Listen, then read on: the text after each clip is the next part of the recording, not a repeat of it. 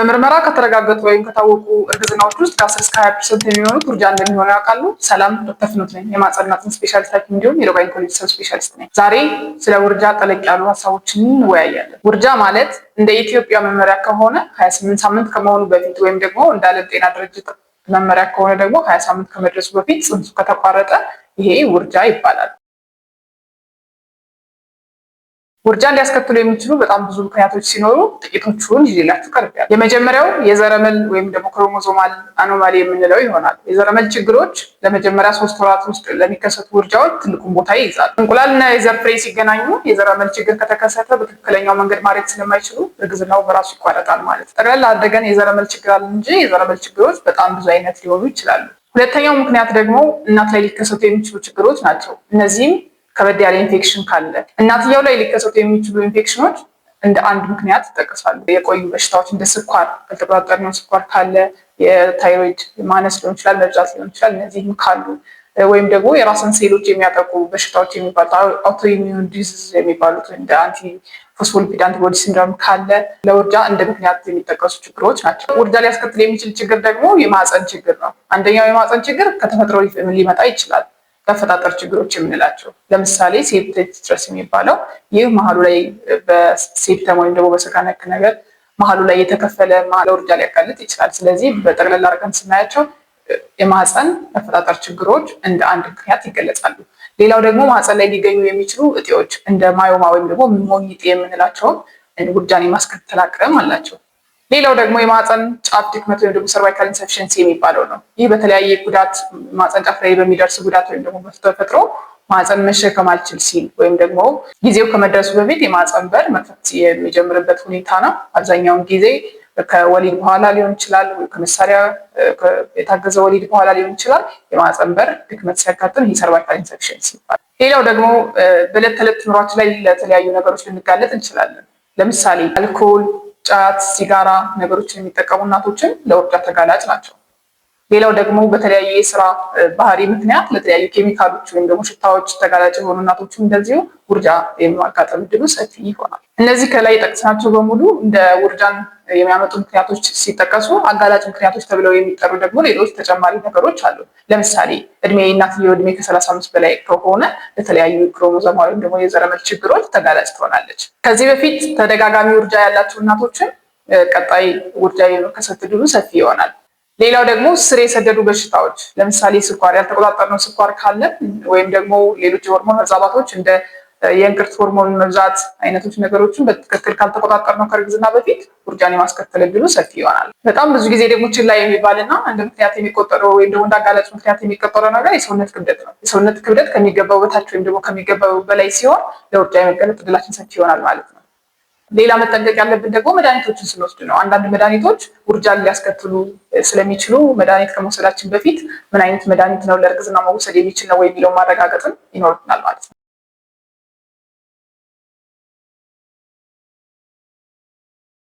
አሁን ደግሞ የውርጃ ምልክቶች ምን ሊሆኑ ይችላሉ የሚለውን እነግራችኋለሁ። ከውርጃ ምልክቶች ውስጥ አንደኛውና በጣም የተለመደው የደም መፍሰስ ነው። መጠኑ ሊለያይ ይችላል። ትንሽ ሊሆን ይችላል ወይም ብዙ ሊሆን ይችላል። የደም መፍሰስ ካለ በእርግዝና ጊዜ አስቸኳይ ወይም ደግሞ አላርሚንግ ሲጠቀምላቸው ውስጥ አንዱ ይሆናል ማለት ነው። ሌላው የሆድ ህመም ወይም ደግሞ የሆድ ቁርጠት ይኖራቸዋል። በተጨማሪም የወገብ አካባቢ እና ጭናቸው አካባቢ የመቆርጠም አይነት ስሜት ይሰማቸዋል። ከደም ጋር የተቆራረጠ ስጋ መሰል ነገር ማብሮ የመውጣት ነገር ካለ ይሄም የውርጃ ምልክት ነው። የእርግዝና ምልክቶች በድንገት መጥፋት ወይም ደግሞ በድንገት መቀነስ ካለ ውርጃ ሊሆን ስለሚችል ቶሎ ወደ ሕክምና መሄድ አስፈላጊ ይሆናል። የውርጃ አይነቶች በጣም ብዙ ስለሆኑ እስኪ አንድ ባንድ ለማየት እንሞክር። የመጀመሪያው ትሪት እንደ አቦርሽን ይባላል። ይህ የውርጃ አይነት ሊከሰት የሚችል አይነት የውርጃ አይነት ሲሆን የመትረፍ እድልም እንዳለው እንገነዘባለን። ይህ ማለት ምን ማለት ነው? እናቶች ትንሽዬ የደም መፍሰስ ይኖራቸዋል። ከዛ ውጭ ግን ከፍተኛ የሆነ የሆድ ቁርጠት ወይም ደግሞ የማህፀን በር መክፈት አይኖርም። ሁለተኛው ደግሞ የማይቀር ውርጃ ወይም ደግሞ ኢኒቪቴብል አቦርሽን የምንለው ይሆናል።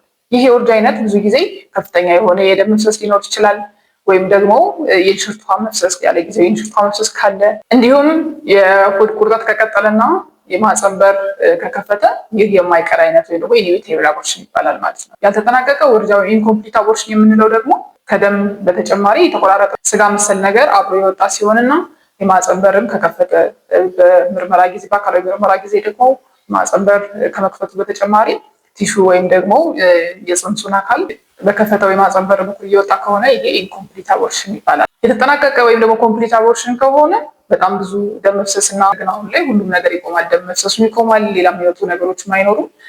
ይህ ከሆነና በአልትራሳውንድ ደግሞ ማህፀን ባዶ መሆኑ ከተረጋገጠ ኮምፕሊት አቦርሽን ይባላል ማለት ነው። ሚስድ አቦርሽን ወይም ደግሞ ውስጥ ላይ የጠፋ እርግዝና የምንለው ነው። ሚስድ በሚሆንበት ጊዜ እናትየው ላይ ሊታዩ የሚችሉ ምልክቶች ድንገተኛ የሆነ የእርግዝና ምልክቶች መቀነስ ወይም ደግሞ መጥፋት ሊሆን ይችላል። በአልትራሳውንድ ደግሞ የልብ ምት የሌለው ፅንስ ከሆነ ይህ የጠፋ እርግዝና ወይም ሚስድ አቦርሽን እንደሆነ ያረጋግጠልናል ማለት ነው። ከላይ ከጠቀሷቸው የውርጃ አይነቶች ጋር ተያይዞ የሚመጣው ደግሞ ኢንፌክሽን የፈጠረ ወይም ደግሞ ሴፕቲክ አቦርሽን የምንለው ነው። ኢንፌክሽን የፈጠረ ውርጃ ከሆነ ከላይ ከጠቀስኳቸው ምልክቶች በተጨማሪ እናትየው የሰውነት ሙቀት መጨመር፣ ብርድ ብርድ ማለት፣ ማንቀጥቀጥ ሊኖራት ይችላል።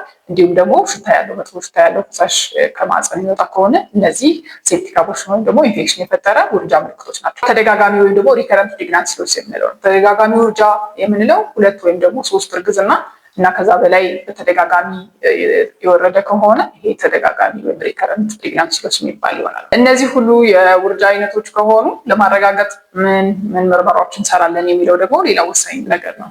ስለዚህ ውርጃ መሆኑን ለማረጋገጥ የምንሰራቸው ብዙ አይነት የምርመራ አይነቶች አሉ። የሚጀምረው ግን ከእናትየው ታሪክ ይሆናል።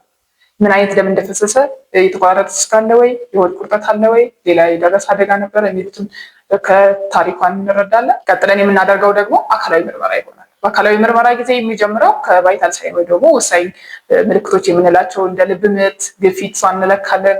እነዚህ ነገሮች መውረድ የሚያሳይ ከሆነ የልብ ምት መጨመር፣ የደም ግፊት መውረድ የሚያሳይ ከሆነ በጣም ብዙ ደም መፍሰስ እንደነበረ ጠቋሚ ነገሮች ናቸው።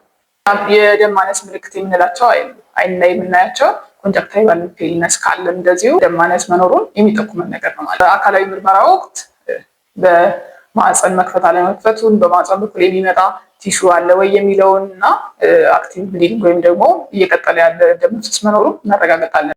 ሌላው ማድረግ ያለብን ምርመራ ደግሞ የሽንት ምርመራ፣ እርግዝናን ለማረጋገጥ የሚሰራ የሽንት ምርመራ ውርጃ ነው አይደለም የሚለውን ለመለየት ቅድሚያ መሰረት ያለበት ምርመራ ነው ማለት ነው። ሌላው ደግሞ የደም ምርመራ ኮምፕሊት ብለድ ካውንት ወይም ደግሞ ሲቢሲ መሰራት አለበት። ይህም የደም አይነት አለ የለም የሚለውን ያረጋግጣል። ብለድ ግሩፕ ኤንድ ወይም ደግሞ የደም አይነትን መለየት ደግሞ ወሳኝነት ነው እዚህ ጋር። ምክንያቱም ደም የፍሰት ከሆነ ደም ማዘጋጀት ይኖርብናል፣ ደም መስጠት ይኖርብናል። ሌላ በተጨማሪ ደግሞ አርኤች ኢንኮምፓቲቢሊቲ ወይም ደግሞ ሾቶ ላይ ካለም እንደዚሁ ለመለየት እና አስፈላጊ እርምጃዎችን ለመውሰድ ይጠቅመናል። አልትራሳውንድ ደግሞ የውርጃ አይነቶችን ለመለየት ትልቅ ቦታ አለው። በአልትራሳውንድ ማህፀን ውስጥ ነው ማህፀን ውጭ ነው የሚለውን ከለየን በኋላ የልብ ምት አለው ወይስ ደግሞ ትክክለኛ እርግዝና ነው የሚለውን እንዲሁም ደግሞ ኢንኮምፕሊት ወይም ደግሞ ተቆርጦ የቀረ ነገር ካለ በአልትራሳውንድ መለየት እንችላለን። የልብ ምት ከሌለው ሚስድ ይሆናል ማለት ነው። እነዚህ ነገሮችን ለማየት አልትራሳውንድ ትልቅ ቦታ አለው። የህክምና አይነቶቹ ደግሞ እንደ ውርጃው አይነት ይለያያል። ትሪትንድ የምንለው ከሆነ ምንም አይነት ነገር ላይ ያስፈልግ ይችላል። ነገር ግን አጋላጭ ነገሮች እንደ ኢንፌክሽን ነገር ካለ ምርመራውን ማድረግ እነሱ ነገር አለመኖራቸውን ማረጋገጥ ወሳኝ ነው። እናትየው እረፍት እንድታደርግ ካደረግን በቂ ይሆናል ማለት ነው ለትሪትመንት አቦርሽን። ሌላው ደግሞ ኢንኮምፕሊት ወይም ወጥቶ ያላለቀ ነገር ከሆነ ወይም ደግሞ መውጣት ያለበት የግዴታ ከሆነ ወይም የማይቀር አይነት ውርጃ የምንላቸው ከሆኑ ለእነሱ ደግሞ በመድኃኒት ወይም ደግሞ በመሳሪያ የታገዘ ማቋረጥ ያስፈልጋል። ሶስት አይነት አማራጮች አሉ። የመጀመሪያው የሚሆነው ጊዜ መስጠት፣ በራሱ መውጣት ስለሚችል የተወሰነ ጊዜ ሰጥቶ ማየት አንደኛው የህክምና አማራጭ ነው። ሌላው ደግሞ በመድኃኒት ወይም ደግሞ በመሳሪያ በመታገዝ መጥረግ ሌላኛው የህክምና አማራጭ ይሆናል። ሴፕቲክ ወይም ደግሞ ኢንፌክሽን የፈጠረ ውርጃ ከሆነ ግን ምንም አይነት ጊዜ መስጠት አያስፈልግም። ቀጥታ ወደ መድኃኒት ወይም ደግሞ መጥረግ ነው የህክምና አማራጮች የሚሆኑት። አንቲባዮቲክ ወይም ደግሞ የባክቴሪያ መድኃኒቶች ወሳኝ ቦታ አላቸው። ምክንያቱም ቶሎ መድኃኒት ካልጀመርን ወደ እናትየው ደም የመሰራጨት ዕድል ስለሚኖረው ህይወቷን አደጋ ላይ ስለሚጥልብን ቶሎ መድኃኒት ወይም አንቲባዮቲክ መጀመር ወሳኝ ፖይንት ነው። ውርጃ ከተከሰተ በኋላ በመድኃኒት ይሁን ወይም ደግሞ በመጥረግ የሚለው ደግሞ ሌላ ጥያቄ ነው። እስከ 14 ሳምንት ላሉት በመድኃኒትም በመጥረግም ሁለቱም እንደ አማራጭ ይወሰዳሉ። ነገር ግን ከ14 ሳምንት ያለፈው ጽንስ ከሆነ በመድኃኒት ብቻ ነው ውርጃውን ማጠናቀቅ የሚቻለው። በመድኃኒት ሊሆንባቸው የሚችሉት አማራጮች የእናትየው ምርጫ በመድኃኒት ከሆነ፣ ያለችበት ሁኔታም ጥሩ ከሆነ፣ በጣም ብዙ ደም እየፈሰሳት ካልሆነ መድኃኒት እንደ አማራጭ መውሰድ ይቻላል። ነገር ግን እናትየው የፈለገችው መጠረግ ከሆነ ወይም ደግሞ በጣም ብዙ ደም እየፈሰሳት እና ለህይወቷ አስጊ ደረጃ ከሆነች ቶሎ በመጥረግ ያለውን ደም ማስቆም ይኖርብናል። ስለዚህ በመጥረግ ሊሆን ይችላል ማለት ነው። እነዚህ ነገሮች ካሉ ወይም ደግሞ እናትየው በጣም ብዙ ደም እየፈሰሳት ከሆነ ያሉትን የደም ግፊቷ በጣም መቀነስ ካሳየ ሾክ ውስጥ ከሆነች መጥረግ ብቸኛ አማራጭ። መድኃኒት ተሞክሮ መድኃኒት ካልሰራና ሙሉ በሙሉ ካላወጣው መጥረግ አስፈላጊ ይሆናል። አንዳንድ እናቶች ደግሞ መድኃኒት መውሰድ የማይችሉ በተለያዩ በሽታዎች አማካኝነት መድኃኒት መውሰድ የማይችሉ ከሆነ መጥረግ አማራጭ ነው ማለት ነው። ሌላ ለመድኃኒት አለርጂ የሆኑ እናቶች ከሆኑ እንደዚሁ በመጥረግ እንዲወጣላቸው ማድረግ ይቻላል። በአጠቃላይ መድኃኒት ወይስ መጥረግ የትኛው የሚለውን ለመወሰን የፅንሱ እድሜ፣ የእናትየው ያለችበት ሁኔታ ጥሩ ሁኔታ ላይ ናች አይደለችም የሚለውን መወያየት፣ እንዲሁም ደግሞ ፍላጎቷን፣ ሌላው ደግሞ በቦታው ያለው የባለሙያ ልምድ ወሳኝ ናቸው ማለት ነው። ውርጃን መከላከል ይቻላል ወይ የሚለው ደግሞ የብዙዎች ጥያቄ ነው። ሙሉ በሙሉ መከላከል ባይቻልም እንኳ የመከሰት እድሉን መቀነስ ይቻላል። የመከሰት እድሉን ለመቀነስ ከምናደርጋቸው ነገሮች መካከል አንደኛው ቅድመ እርግዝና ክትትል ወይም ደግሞ ፕሪኮንሴፕሽናል ኬር ማድረግ ወሳኝ ነው። በዚህ ጊዜ አስፈላጊ ምርመራዎች ይሰራሉ። ያሉ በሽታዎች ካሉ ደግሞ በሽታዎችን በደንብ መቆጣጠር እንድንችል ይደረጋል። መድኃኒቶች የምንወስዳቸው መድኃኒቶች ካሉ ለእርግዝና ተስማሚ ናቸው ወይ መውሰድ ይችላሉ የሚለውን እንደዚሁ ማረጋገጥ ይቻላል። ስለዚህ ቅድመ እርግዝና ክትትል ወሳኝ ቦታ አለው። ከእርግዝና በፊት ፎሊክ አሲድ መጀመር ይኖርብናል። የታወቁ በሽታዎች እንደ ስኳር፣ ታይሮይድ መጠን መጨመር፣ መቀነስ ካሉ እነዚህም በተገቢ ሁኔታ ቁጥጥራቸው ላይ የደረሰ መሆኑን ማረጋገጥ አለብን። እናትየው የምትወስዳቸው እንደ አልኮል፣ ሲጋራ፣ አደንዛዥ እጾች ካሉም በአስቸኳይ አቁሞ ከእርግዝና በፊት 1 ወር መቆየት አለብን። ወዲያው እርግዝና እንደታወቀ አንቲናታል ኬር ወይም ደግሞ የእርግዝና ክትትል በማድረግ ሊከሰቱ ከሚችሉ ችግሮች ራስን መጠበቅ ይቻላል። ውርጃ በጣም የተለመደ ነገር ቢሆንም እንኳ እናቶች ይህንን ነገር ችላ ከማለት ህይወታቸውን እያጡበት ይገኛል። ስለዚህ የተወሰነ ደም መፍሰስ ሊሆን ይችላል፣ ብዙ ደም መፍሰስ ጊዜ መስጠት አያስፈልግም። ይህ ነገር ካለ ቶሎ ወደ ሕክምና ተቋም መሄድ፣ አስፈላጊውን የሕክምና እርዳታ ማግኘት ሊመጡ ከሚችሉ ችግሮች ወይም ደግሞ ከህይወት ማጣት ራሳችንን መታደግ እንችላለን። መሰል መረጃዎች እንዲደርሷችሁ ሰብስክራይብ፣ ሼር፣ ላይክ በማድረግ ደግሞ ለሌሎች መረጃውን ያደርሱ። እናመሰግናለን።